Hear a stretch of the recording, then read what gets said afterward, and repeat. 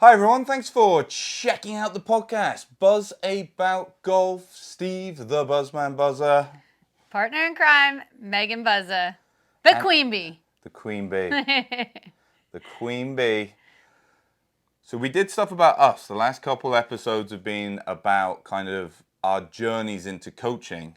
Today, I've been asking, if you have any questions, ask them and you will receive, actually I can't guarantee an awesome answer, but a answer we can do. So someone listening to a previous episode asked us, which is a real good question. So we are I love the topic today. yeah. It's a So good we're one. here in our golf room, the Bagger Room. There we go. It has a name now. So we get to film in here. We get to play golf against each other, and we get to practice in here. The question, and a great question, is we have a launch monitor. The gentleman in question does not. So he said, how can I get the most out of my practice without a launch monitor? And I kind of took it as he's probably got somewhere where he can hit some shots, so maybe hit into a net. Yeah, I know a lot of people have some cool net setups in their house. So one thing is the launch monitors, and like through my career, I can remember I think it was called the Vector. Do you remember the Vector? So No, that one, so when people take it for granted now, when you get custom fit for a golf club, a launch monitor shows you the data. When I was a teenager, I can remember the Vector launch monitor coming. So I'm not sure how accurate it was. It was kind of that was the one before the TrackMan. Oh, okay. And there were others as well before, but like it was the one that was starting to become like commercially used. Now, however many years later, there are some great options. Yeah, there's a lot of good options, even affordable options too. Yeah, affordable options. So today we're going to try and sell you a launch one. No. So there are options, but I do also appreciate a lot of the time, you might be getting into golf and you're like, look, Steve, I have a mat, I have a net, I like whacking balls. How can I get the most out of my practice? Without a launch monitor. Without a launch monitor. So Megan, go on, give me your three. All right, so number one, if you have grass outside, I think getting in thick grass and just hearing the sound. I don't think people listen enough to the contact, and it could be on mats as well. We need to start being a little bit more aware of where is your club hitting, where's the low point of the swing. But getting out in thick grass, you'll get that interaction with the ground, and that can really be great feedback for a lot of students. So indoors on the mat, and the first thing we're doing, this is doubly clever. No, this is doubly clever. This is doubly clever. So I like to give more. You're thinking about how do I get my significant other to buy me a launch monitor, and you go out in the garden, start digging that up. So then they put you on the naughty step, which hopefully is the step that leads into your golf room, and then you get the launch monitor. All joking aside, because one of mine is practice swings, and yours is like practice swings, but with a little bit of gusto behind them. Yeah, just auditory. Okay, so when I teach, we've always talked about this. I like to do a lot of different learning styles, and one of them being auditory. So listening for more feedback. Listening for the strike, and then for practice swings for me, listening to the swish. Yeah, that's huge. And actually getting I think what can happen in golf, we get so fixated on the ball that we forget to send the energy through. So trying to feel that swish or hear that swish, and I know you can get training aids as well, but simply doing it with your golf club. Yeah. You'll see you can turn the golf club around and get some swish going. Yeah, because the goal shouldn't be about hitting the ball. It's about forming the foundation of a successful golf swing. Yes. And that's definitely one of the keys. So our first two matched each other. Our first two are pretty similar. So utilize practice swings. This is the way I like to think about just golf as a whole, and maybe just golf, but golf and the learning experience. If you can't do it in a practice swing, you certainly won't be able to do it with a ball. Yeah, that's so true. Golf ballitis. If you can do it with a ball, awesome. But if you can do it on the range, that's awesome. But we then need to transfer that to the course. So if I'm on the course and I can't do it on the range, I certainly won't be able to do it on the course. I'm kind of laughing in my head about wherever David Orr calls it in the wild. In the wild. Yeah, like In the wild. He's a great coach, and he would say you could do it. What did he call it? In the zoo or in the wild? The practice range is the zoo, I think. I'm saying it wrong, but there is the wild when you get onto the course. Thank you for rudely interrupting with me and not adding anything. So to cut me off, you've simply said someone else that's a great coach said something else, something about a zoo. He talks about doing it in the lab. Oh, in the lab. Then doing it in the zoo, and then doing it in the wild. Yep. So I kind of like that. His one is better than mine. Now I'm feeling all self-conscious. Okay, so number two. The mine doesn't involve dinosaurs. It doesn't involve the zoo. It just, if you can't do it in a practice swing, you ain't going to be able to do it. If you can do it on the range, awesome. But if I can't do it on the range, I certainly won't be able to do it on the course. And then if I can't do it on the course, I certainly won't be able to do it in a tournament. Yep. So it's kind of the progression. So what we go here is like, don't underestimate the beginning of the journey. Just making swings, making the feels, building the concept of how you see your golf being good. Yeah. You know, there's so many different ways to swing the golf club. Some will really suit you, suit your personality, suit your body. Some will not. Trying to formulate how can I build skills that I can then take out onto the course. So that is that lab. I love it. Love it. Yeah, this is making me excited for people to put this into their routine. So practice swings. Practice swings, getting a feel. Without the launch monitor, the downside is you don't get any outcome data. The good news is you don't get any outcome data.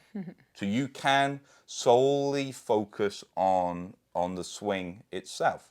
Yeah. Focus on what you're trying to build.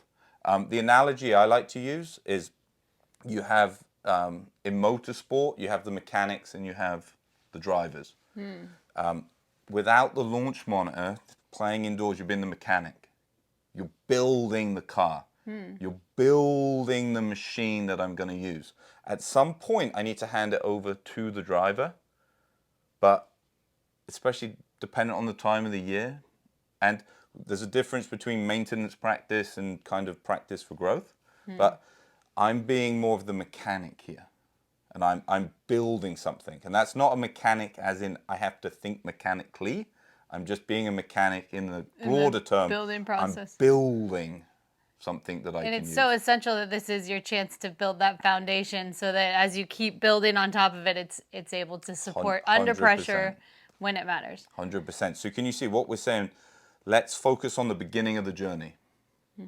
What other ideas did you have? So I'm a big fan of a mirror, so having something that you can see. But because I've said it before, I'm going to come with a second thing. In relation to the zoo, there's two drills that I really like. One is called a cheetah swing. It's basically your whoosh, your full out, full send swing. So this would be a practice rehearsal. Yeah. No ball. No ball practice. That's the topic in itself right there. People get better without golf ball practice for a majority of their practice.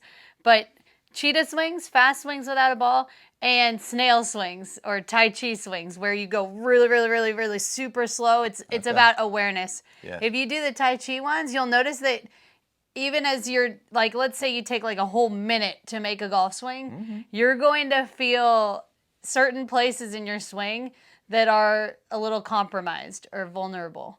And so you'll feel that because as you're moving through those positions, and of course it's not dynamic, so it's more of an awareness. Obviously, when we add the dynamics to it, things will be different, but it will give you some more awareness, especially for a lot of people that just don't realize where the club face is throughout the I like that. Cheetah and Cheetah and Tai Chi swing. And then if we use if we go back to my example of the mechanic and the driver, can you see the mechanic is the Tai Chi?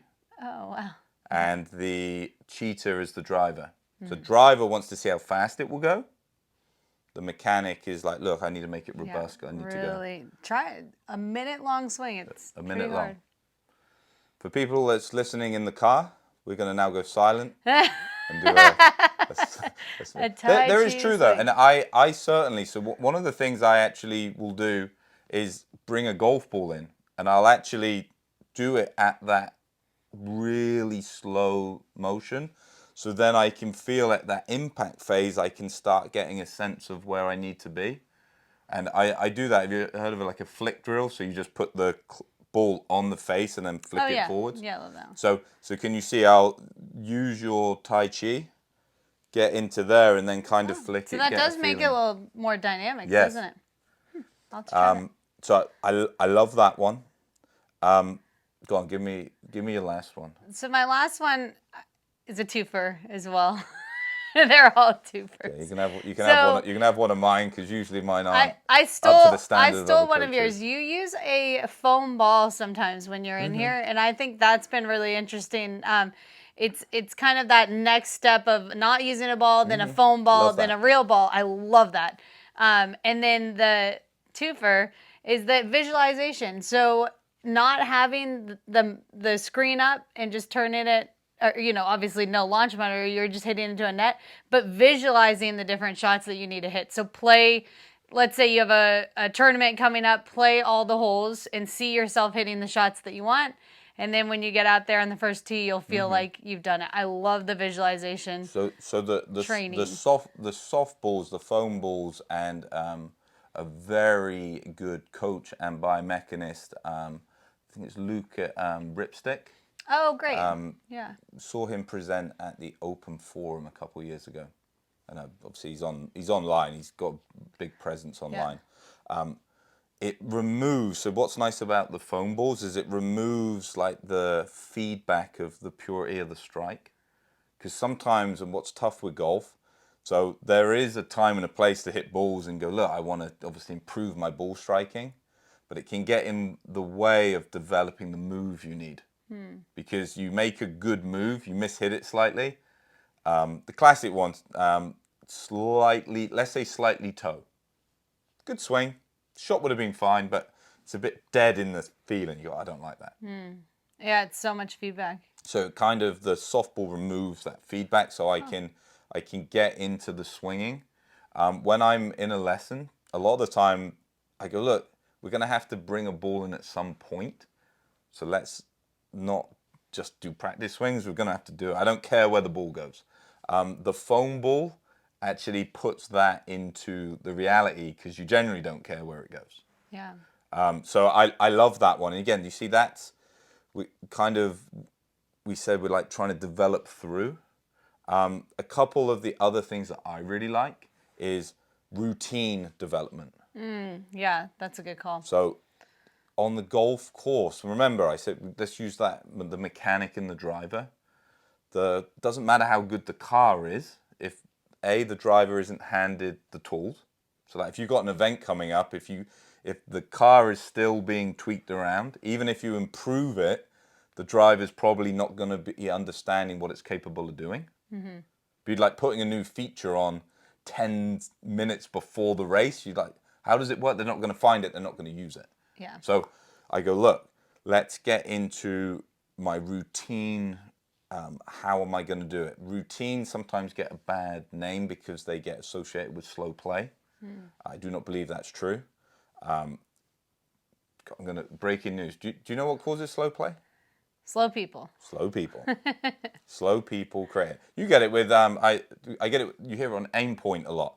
Oh, aim point takes so long. It's like, no, aim point is a really good system, and slow people tend to like more of the analytical side of it.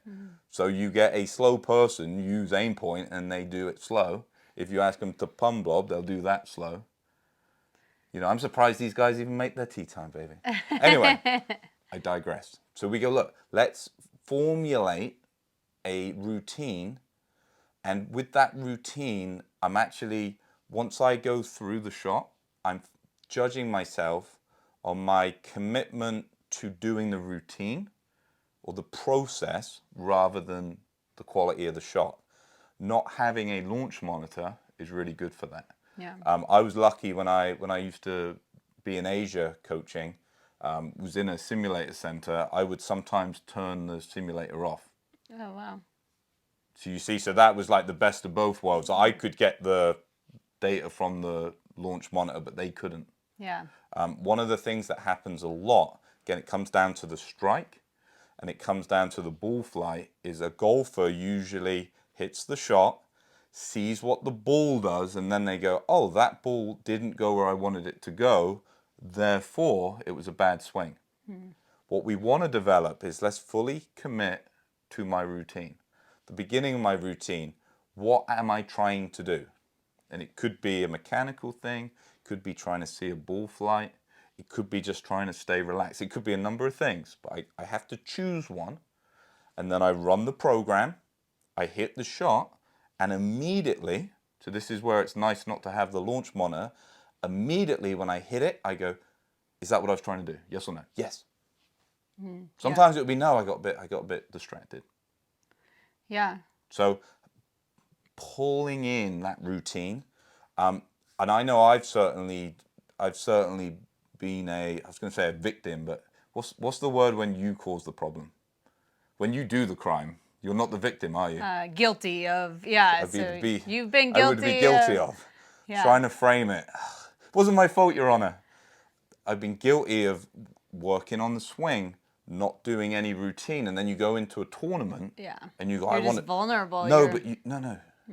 You are vulnerable, but you end up doing this elaborate, I'll point my club, I'll stand like this, I'll glance, I'll Yeah. prance, but your brain's like, You what? never practiced Yeah, it. so your brain's like, what on earth are you doing? Yeah. You usually don't care. You usually stand up and whack it, and now you're telling me you care? Then your body freaks out. So the thing that people don't talk about in routines, if you do not practice your routine, in my opinion, it can actually be something of great value that absolutely sucker punches you. Yeah. Good point. So I go, look, let's work on the routine. My final point, which is a real quick one, perfect practice. The only way you can do perfect practice is visualization and not how many. You can't do perfect practice. Sorry. That is very unprofessional. It's very you interrupted me in the middle of a ranty philosophical story, and now you have let your phone go off. Please keep that on silent next time. When we talk about perfect practice, I can come into my routine perfect. I can hit the shot. If I don't have the launch monitor, what's stopping me watching it? Yeah. God, that one even went in the hole. Did you try it that now? Yeah. Your brain Perfect. doesn't know the difference. Brain doesn't know the difference. So if you think it up, or it actually happened, there's actually no difference in the way your brain stores the experience. Yeah. So You'll get so much more out of build your the time. experiences. So if Yeah. if you're not lucky, and again, I appreciate we're extremely lucky. Indoor Golf Shop helped us create this, and it's a sensational room.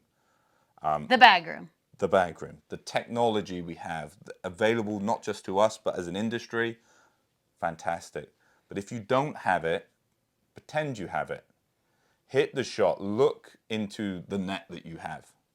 See that ball coming out perfectly. If you keep doing it enough, confidence is going to go absolutely through the roof. I did this in between. I shot an 85. All I did was walk outside, run my routine, not even with a club. Seeing good shots, I shot 69 the next time. Oh, wow. Felt like a different human being. That's crazy. Found swing ideas and thoughts through that. So Well, technology there you is go. great. If that doesn't tell you Yes. that it's powerful, then I don't know what else So will. if nothing else, I have broken 70 once. There we go. So I hope that's helped. Again, I love that question. Thanks for Yes. posting that. Yeah, thank you, and thank you for watching. I hope you're still watching. I hope the last one didn't put you off, and now no. So get some more comments down. Your ones that you go, oh, I think that probably is only for me. Usually there's 1,000 other golfers that are experiencing the same thing. So get those comments down, like and subscribe. Every Wednesday, Buzz About Golf, Steve, Megan, In the bag room. In the bag room. It's getting awkward now, Megan. So Get as the finish. always, stay happy, stay safe, and we hope to catch you soon. Boosh.